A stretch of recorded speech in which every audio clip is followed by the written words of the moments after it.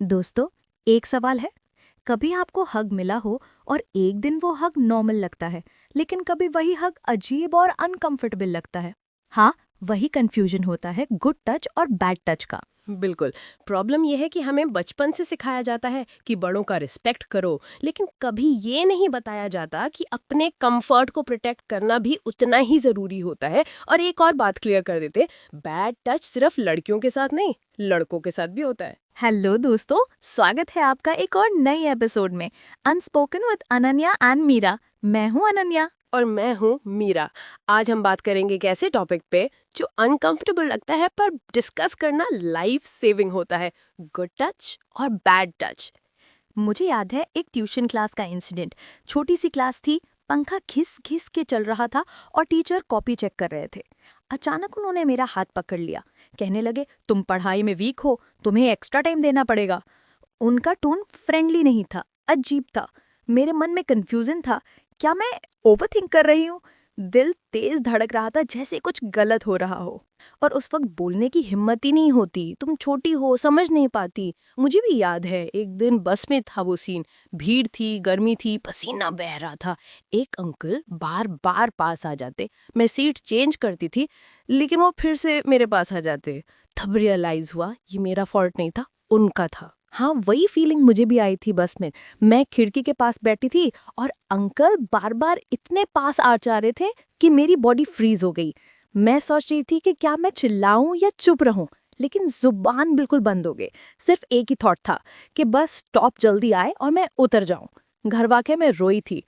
और यही प्रॉब्लम है कि हम इतने डर जाते हैं कि शब्द ही नहीं निकलते। और सोसाइटी बोलती है, अरे भीड़ है, होता है, लेकिन जो अनकंफर्टेबल लगता है वही बैड टच होता है। एक और चीज, रोड पर जब भी निकलती थी, चाहे फुल कपड़े पहने हो, कुछ अंकल और आदमी घूरते रहते।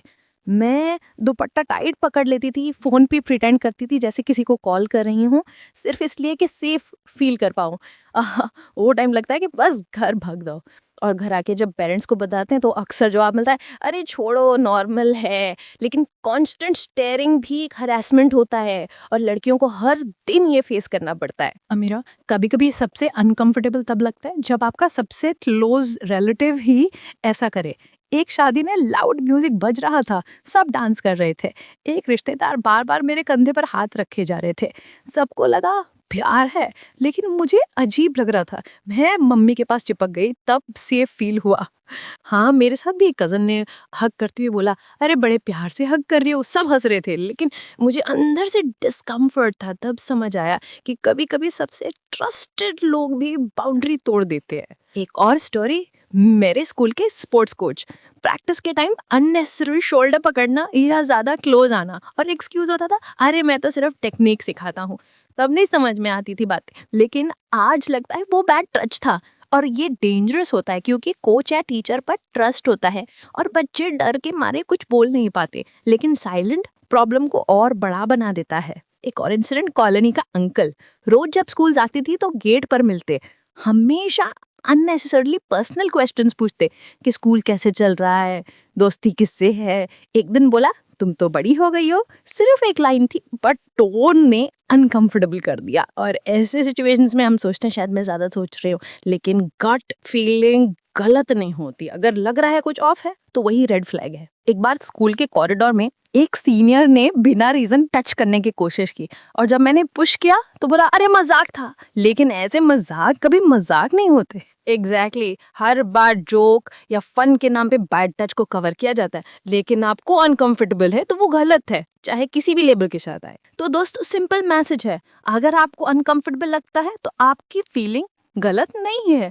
आपको अपनी आवाज उठानी चाहिए, चाहे सामने कोई भी हो। और एक और बात, बैड टच सिर्फ लड़कियों के लिए नहीं, लड़कों के साथ भी होता है। और पेरेंट्स और टीचर्स को सेफ स्पेस बनाना चाहिए जहाँ पे बच्चे बिना शर्म के अपने सवाल ला सके। और अगर कभी आपको ऐसा फील हो तो सबसे पहले लाउडली नो बोलिए, दूसरा सेफ जगह मूव कीजिए, और तीसरा किसी ट्रस्टेड इंसान को बताइए, चाहे माँ हो, पापा हो या टीचर हो। चुप रहना सोल्यूशन नहीं है। और याद रखिए, आपका बॉडी आपका है, कोई भी चाहे कितना भी क्लोज हो बिना आपके कंसेंट के टच नहीं कर सकता।